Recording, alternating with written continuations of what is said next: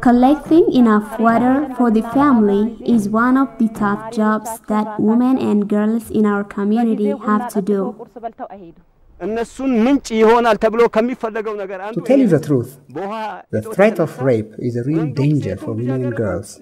And this of course means there's a high risk of contracting HIV/AIDS. If I gave birth to a female, I promised to name her Vicky. Fortunately, I had a baby girl and named her after Vicky.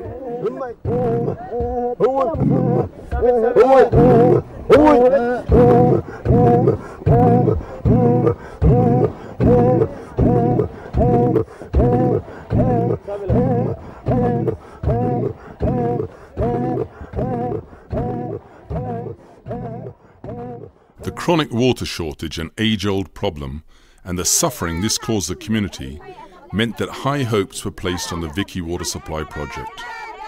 What has made the project unique and which has helped bring about successful implementation so far was the very high degree of coordination, mobilization and participation among partners and stakeholders. As they now start on the final phase of the project, members of the Lira community have a very real sense that their dream is about to become reality and that transformational change is really on the way.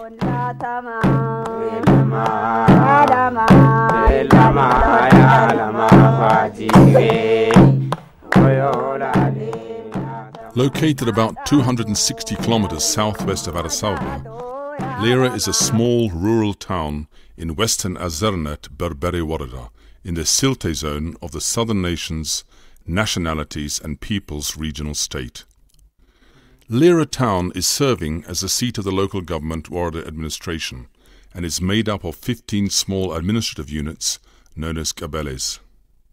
Since 2003, Lira has been the local base for ActionAid Ethiopia, which introduced a clean water supply project in Lira town and the surrounding rural communities, aimed at improving the low level of access to safe drinking water. ActionAid ወደዚህ በሚገባበት ጊዜ በቁጥር የሚገባ ሽፋን አይደለም የነበረው Before the development intervention of ActionAid Ethiopia in this warada, I can say the clean water supply service was almost non-existent and coverage was minimal. Among the Lira community, traditionally it is women and girls who are responsible for collecting enough water for their families. Every day they travel 4 to 6 kilometers, sometimes at night, carrying over 20 liters of water. Usually, we have to fetch water from distant places, far from our homes. We have no time to spare for other household work, no time to take care of our children, and to participate in activities that may help us improve our lives. Having to collect water at night means the women and girls of Lira face certain dangers, particularly in the dry season, which can constitute severe threats to their health and general well-being. በማታ ማለት ነው ልጆች ጅብ በላቸው ሴቶች ጅብ ነካቸው የተባለ እየተባለ I often see a lot of men, women and girls gathered here throughout the night every day. To tell you the truth, the threat of rape is a real danger to women and girls. This means they are highly exposed to the HIV/AIDS epidemic. In addition to that, women and girls were confronted by wild beasts. Hyenas come in packs and seize their donkeys. They've even attacked many women and girls.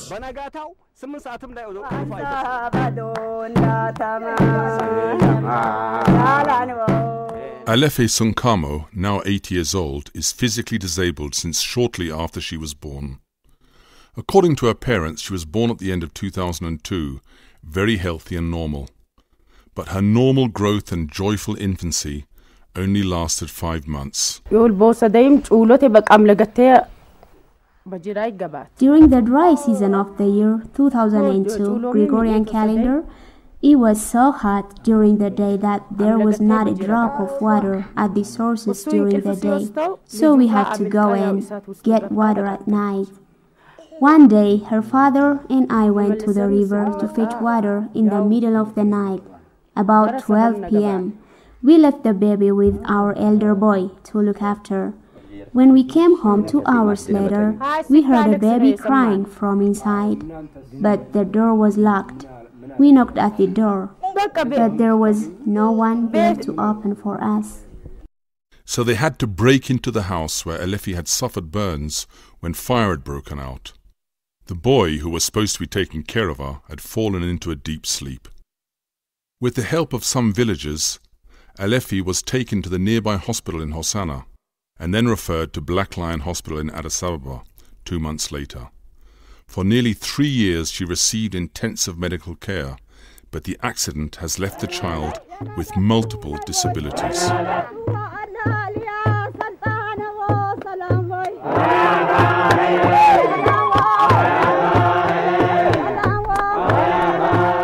The communities of Lera are entirely dependent on unsafe water sources, from river and unprotected springs, both for drinking and domestic use.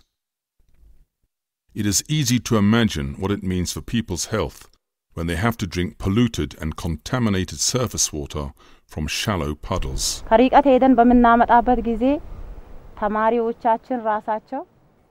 water that we are collecting with all this hardship is not adequate. As you can see here, it is unprotected and highly impure, but we have no choice except to use it as it is. According to the Warada Health Office, a total of 14,528 patients were admitted to health services and received medical care in the 2001 Ethiopian year, out of which over 5,390 patients were infected by the top 10 diseases in the Warada. The report data shows that the proportion of waterborne disease patients constitute 50.5% of the patients with the top 10 diseases and 18.7% of the total number of patients in the Warada last year. The old problem of chronic water shortage is slowly being addressed, and this heralds a better future for the Lera community.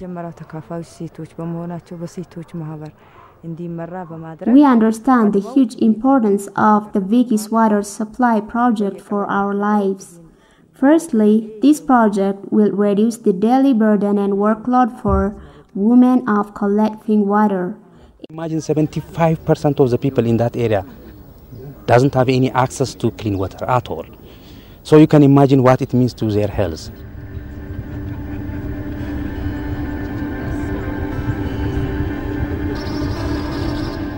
The Vicky Rural Water Supply Project, initiated in mid-2007, is named after Victoria Buchanan, a 26-year-old British woman who was killed in a car accident on October 17, 2006. Earlier in 1999, Victoria had come to Ethiopia and visited an Action Aid-supported Women Water Development Association in Delocha Warada while she was doing her dissertation study. Victoria's visit to the area brought her face to face with the human suffering and misery caused by the chronic water shortage prevailing in the district. Back home, she planned a water supply project. A tragic accident took Victoria's life. After Vicky's death, there was the idea that, let's do something within water. Let's find a water project. Let's find something that everyone can get a real tangible and practical sense of ownership of. And then obviously I know how highly Vicky felt of Action Aid's work. So I went to see Action Aid and I said, is there a project similar to the one that, say, she worked on in Delocha, which was still 10 years on, a huge success now? Is there a project such as that we might be able to fundraise for? That we might be able to call Vicky's Water Project, at least in a kind of, Vicky's friends and family could call it Vicky's Water Project. And, they came back to me with a range of different options, but Lera town, being in Ethiopia and being so close to Delocha where Vicky worked, was a really, you know, a really obvious choice. However, Vicky's vision to launch the water supply project for women and girls whose lives are made difficult by the impacts of the lack of clean water in Ethiopia was kept alive due to the great efforts of her family, fiancé and friends. In September 2007, Adam and his father, Sir Chris Chataway, with Vicky's parents, Val and Jack Buchanan, came to Ethiopia.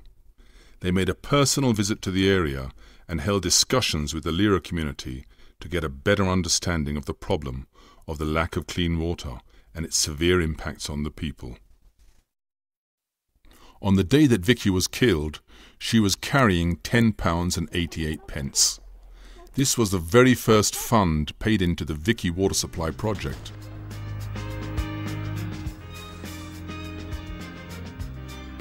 Through intensive work in organising a lot of events, the sum of £512,000 was secured for the Vicky Water Project Fund, which was over 10 million birr at the exchange rate at the time.